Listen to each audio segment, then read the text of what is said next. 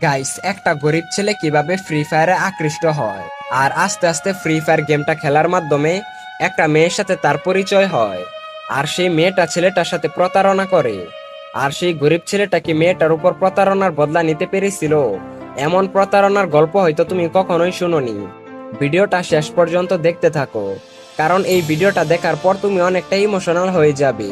তো চলো আর বেশি পেঁচাল না পেরে আজকের গল্পটি শুরু করি। ঢাকার এক জায়গায় চারদিকে লোহার কাটায় ঘেরা এক বস্তি। এখানেই জন্ম নিয়েছিল রায়হান।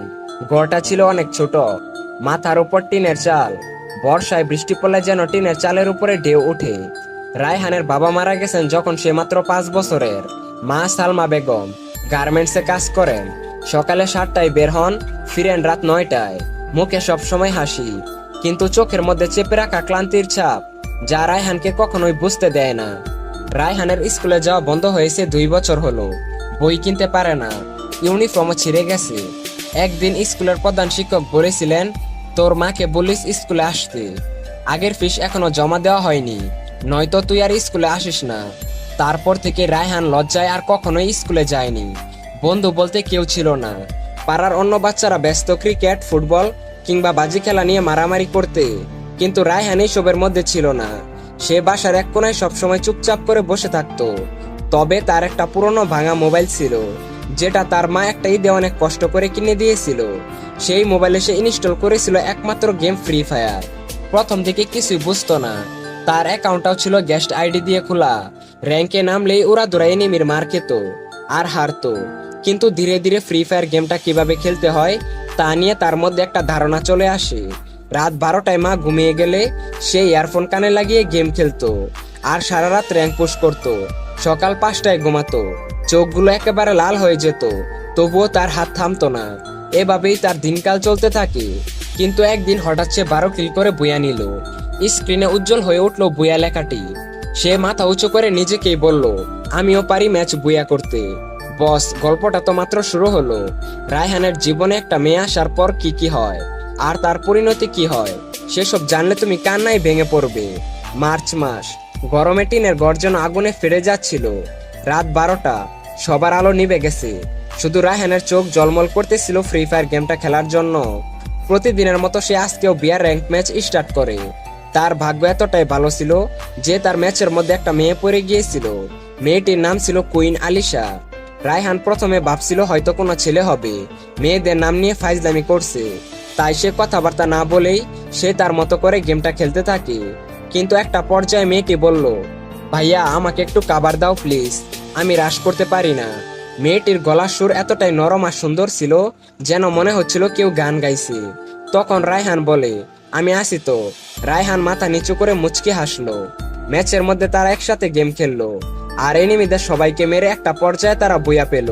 ম্যাচ শেষে আলিশা বলল, ভাইয়া তুমি অনেক ভালো এবং প্রো লেভেলের গেম প্লে করো, তোমাকে অ্যাড পাঠাচ্ছি, আমাকে বন্ধু বানিও, আমরা আবার খেলবো। সেই রাত্রে রায়হানের চোখে আর ঘুম এলো না। সে বারবার সেই মেয়েটির কথায় ফিরে যাচ্ছিল, আমরা আবার গেম খেলবো। তার জীবনে কেউ কখনো এত আন্তরিকভাবে ফিরে আসতে চায়নি। রাত 12টা মানে বুঝতেই পারছো, রায়হান সেই অদ্ভুত দুনিয়াতে ফিরে যাবে, মানে ফ্রি ফায়ারে। আলিশার সঙ্গে গেমে আবারও দেখা। এভাবে শুরু হলো রায়হান আর আলিশার মধ্যে বন্ধুত্ব। প্রতিদিন তারা একসাথে গেম খেলতো। রাতের নিস্তব্ধতায় ইয়ারফোন কানে লাগিয়ে রায়হান বলল, আলিশা তুমি আমার সাথে থাকলে মনে হয় আমি একা না। এই কথা শুনে আলিশা মুচকি হাসে। একদিন আলিশা বলল, রায়হান আমরা তো অনেক দিন ধরেই গেম খেলি, আমি তোমাকে দেখতে চাই, তাও রিয়েল লাইফে।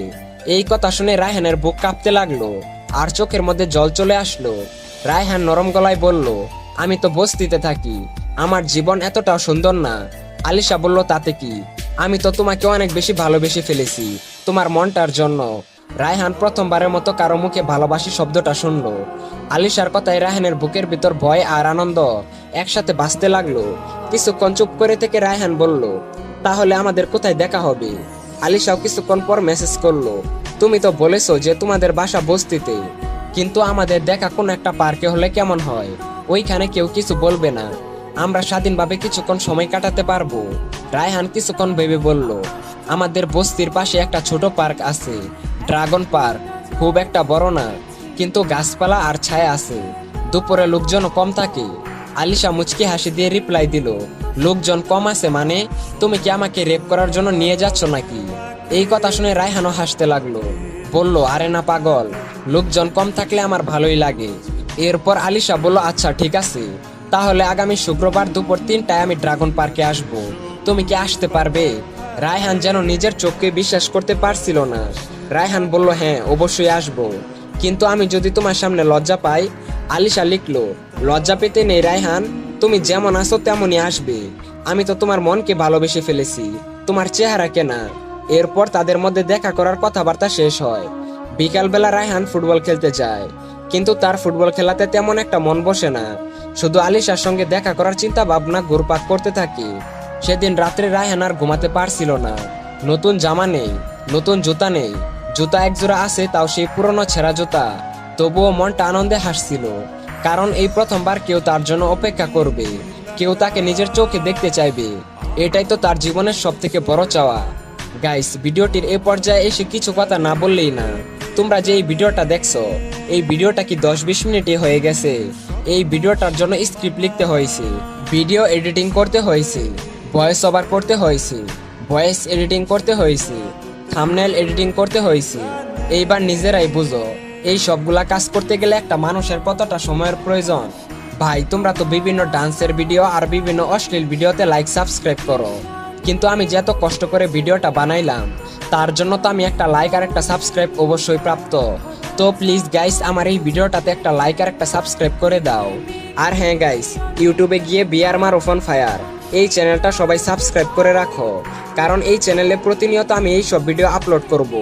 আরেকটা কথা, তোমাদের সবাইকে অসংখ্য ধন্যবাদ যে তোমরা আমার ইউটিউব চ্যানেলটা এত তাড়াতাড়ি 100K ফ্যামিলি করে দিয়েছো। তো চলো এবার গল্পে ফেরা যাক। এরপর ড্রাগন পার্কের দিন, মানে শুক্রবার, দুপুরের রোদ নরম হয়ে গিয়েছিল, গাছের পাতার ফাঁকে ছায়া পার্কের ভেজা মাটিতে দুলছিল। রায়হান সকাল থেকে বারবার আয়নায় নিজেকে দেখছিল।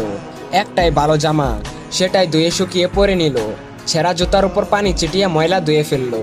তারপর মাকে না জানিয়ে পার্কের দিকে হাঁটতে শুরু করলো। পকেটে মাত্র 20 টাকা, তাও ওর বুকটা দৌড়াচ্ছিল। আলিশা তাকে ভালোবাসে, এটাই অনেক।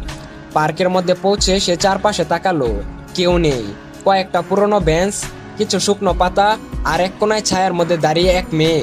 মেয়েটার গায়ে সাদা কালো সালোয়ার কামিজ, হাতে একটা ছোট ব্যাগ। মেয়েটাকে দেখে অনেক বড় লোক মনে হচ্ছিল। রায়হানের চোখ কেমন যেন ঝাপসা হয়ে গেল। আলিশাও রায়হানকে দেখে মুচকি হাসলো, বলল, তুমি কি রায়হান? মেয়েটা ধীরে ধীরে রায়হানের কাছে আসলো। রায়হান মাথা নিচু করে বলল, হ্যাঁ আমি। আলিশা বলল, তোমাকে দেখতে একদম সেই রকম লাগছে, যেমন ভাবছিলাম তার থেকে আরো বেশি সুন্দর। রায়হান লজ্জায় নিচে তাকিয়েছিল। আলিশা ধীরে ধীরে রায়হানের হাত ধরল। রায়হানের গলা শুকিয়ে এলো। সে বলল, আচ্ছা তুমি কি লজ্জা পাও না সবাই যদি এই সব দেখে? আলিশা হেসে বলল, কে কি বলবে তাতে আমার কি আসে যায়, আমি তো জানি তুমি কে। এই হাত আমি আর কখনোই ছাড়বো না। আসলে রায়হান হয়তো বস্তিতে বড় হয়েছে, কিন্তু রায়হানের ব্যবহার আর তার চেহারা দেখে যে কোনো মেয়ে তার দিকে আকৃষ্ট হতে বাধ্য হবে, কারণ রায়হানের চেহারা মাশাআল্লাহ অনেকটাই সুন্দর ছিল। রায়হান কাঁপা কাঁপা গলায় বলল, আমার তো তোমাকে দেওয়ার মতো কিছু নেই। আলিশা তার কাছে এসে চোখে চোখ রেখে বলল, আমাকে কিছু দিতে হবে না রায়হান, তুমি যে আসো এটাই আমার সব। ওরা দুইজনে ছায়ার নিচে একটা পুরনো বেঞ্চে গিয়ে বসলো। আলিশা তার স্কুলের গল্প বলল, রায়হান তার মায়ের কষ্টের গল্প বলল, আর দুইজনে অজান্তে একে অপরের হাত ধরে রইল। রায়হান ভাবছিল, এই ছেঁড়া জুতা, খারাপ জামা, এইগুলো দেখে কি তাকে কোনো মেয়ে ভালোবাসতে পারে? আর আলিশা তাকে ভালোবেসেছে, এটাই অনেক। বুকের ভেতর একটা নতুন স্বপ্ন আস্তে আস্তে জন্ম নিচ্ছে। হয়তো একদিন আলিশাকে সে নতুন জামা উপহার দিবে, হয়তো একদিন নিজের ছোট করে আলিশাকে বউ করে নিয়ে আসবে। এখন এই বিকেলটুকু তার জন্য সবচাইতে দামি, কারণ এই পার্কের ছায়ায় রায়হান প্রথমবার বুঝতে পারলো ভালোবাসা আসলে সুন্দর। সেটা গেমের চরিত্রে প্রকাশ পায় না, সেটা মানুষের মধ্যে প্রকাশ পায়। সময় আস্তে আস্তে গড়াতে লাগলো। রায়হান একদিন একটু সন্দেহ করলো। আলিশা মাঝে মাঝে অন্য কারোর সাথে গেম খেলতো, রিপ্লাই একটু দেরিতে দিত। সে একদিন আলিশাকে জিজ্ঞেস করলো, আলিশা তুমি কি আমার সঙ্গে ঠিকমতো হনেস্ট আছো? আলিশা বলল, হ্যাঁ। তুমি অত চিন্তা করো না রায়হান, শুধু গেমই তো খেলি। সেই রাত্রে রায়হান যা দেখলো সেটা নিজের চোখকে বিশ্বাস করতে পারছিল না। সে দেখলো আলিশা একটি বিবেস ইউটিউবারের সাথে লাইভ স্ট্রিমিং করছে আর রোমান্টিক কথাবার্তা বলছে। আর সেই বিবেস ইউটিউবারকে বলছে, তুমি আমার প্রথম ভালোবাসা, আমি তোমাকে ছাড়া আর অন্য কোনো কিছু ভাবতে পারি না। রায়হানের মাথা ঠান্ডা হয়ে গেল, যার জন্য সে নিজের শেষ টাকা দিয়ে একটা নতুন মোবাইল কিনেছিল। যেই মেয়েটাকে ভালোবেসে নিজের মায়ের কষ্টের গল্প বলেছিল, সেই মেয়েটা এমন করলো। তারপর কিছুদিন পর আলিশা বলল, রায়হান, আমি তোমার সাথে ব্রেকআপ করতে চাই। রায়হান বলল, কেন, কি সমস্যা? আলিশা বলল, আমি তোমার মতো একটা বস্তির ছেলের সঙ্গে ভালোবাসায় জড়াতে চাই না। রায়হান চুপচাপ বলে দিল, আচ্ছা ঠিক আছে, তাহলে আমাদের সাথে আর কখনোই কোনো কথা হবে না। এরপর রায়হান তার শখের ফ্রি ফায়ার গেমটা ছেড়ে দিল, শুধু চুপচাপ ছাদের কোনায় তাকিয়ে থাকতো। রায়হান ভাবতে লাগলো, আলিশাকে আমার দেখাতেই হবে যে একজন ছেলে রেগে গেলে কি কি করতে পারে। রায়হান ঠিক করলো, এখন থেকে সে শুধু একা কাঁদবে না, সে ইউটিউবার হয়ে নিজেকে প্রমাণ করবে। গাইস, রায়হান তাহলে কি করতে যাচ্ছে? আর আলিশা কি রায়হানের জীবনে আবার ফিরে আসবে? সামনে কি হতে যাচ্ছে? এই সমস্ত কিছু জানতে হলে চ্যানেলটা লাইক এবং সাবস্ক্রাইব করে পার্ট 2 লিখে কমেন্ট করো। আর এই ভিডিওটা তোমাদের কেমন লাগলো তা অবশ্যই কমেন্ট করে জানিও। দেখা হচ্ছে অন্য কোনো ভিডিওতে। টেক কেয়ার, বাই বাই, আল্লাহ।